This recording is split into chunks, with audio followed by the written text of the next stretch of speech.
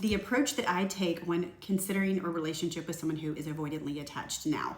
The perspective that I'm going to give you today is a perspective that comes from someone who is on the other side of that and who shows up more securely attached.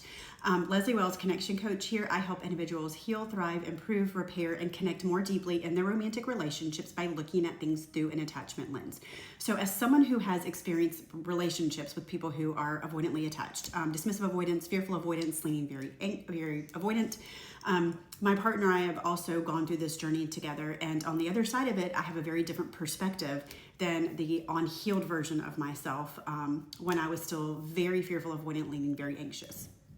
So the perspective that I would take going into a relationship with avoidant now, or looking at someone who is avoidantly attached, is very different than when I was unhealed or in a place where I was in pain, holding on to anger and bitterness and resentment and all of the things that go into not healing your attachment.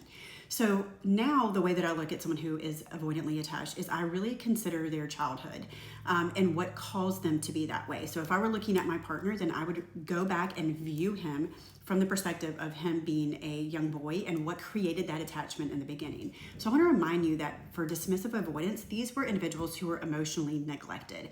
Their parents did not have emotional attunement. So whenever they actually reached out for connection, for bids for connection, whenever they looked for someone because they were struggling emotionally, or they were in pain, they were in fear, they were in anger, they were typically met with criticism, judgment, often punishment, or completely just dismissed.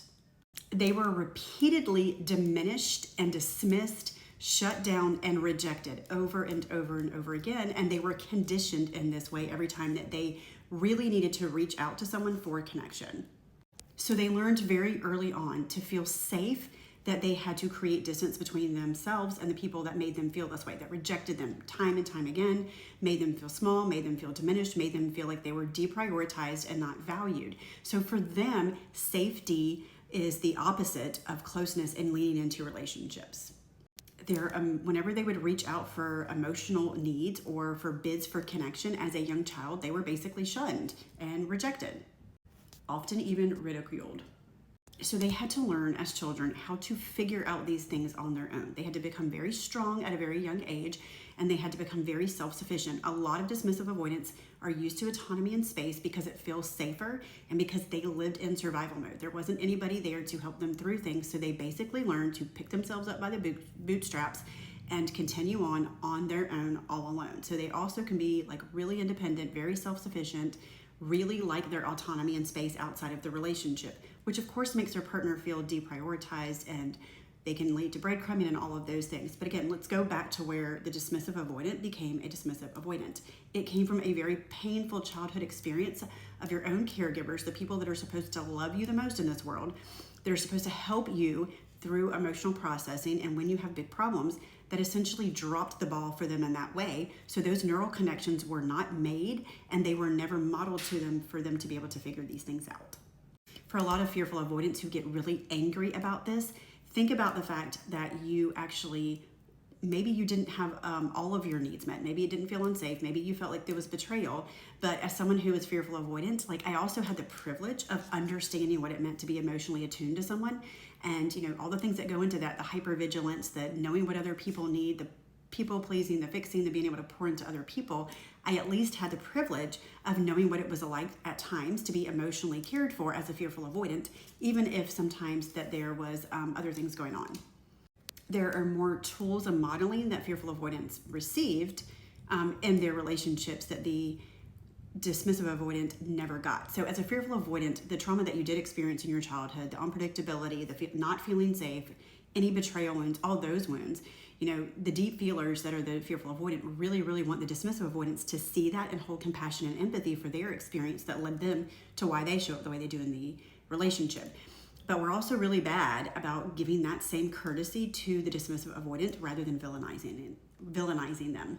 So as a former fearful avoidant, I could very much get to this place of superiority where I'm really good at pouring into relationships. I'm really good at being open and honest and vulnerable, and I can connect with people, and I can stay tuned and present and engaged and resolve conflict right then and there. But we got to be really careful about that superiority, because the same protest behaviors that we do, the same things that we do that don't show areas that we don't show up well in relationships, are no better. They're just different than how the dismissive avoidant shows up. So for fearful avoidance, we prefer to lean in to connection to feel safe. For the dismissive avoidant, that was never safe for them. They were ridiculed, punished, shunned, dismissed, rejected. So for them, that's not safety.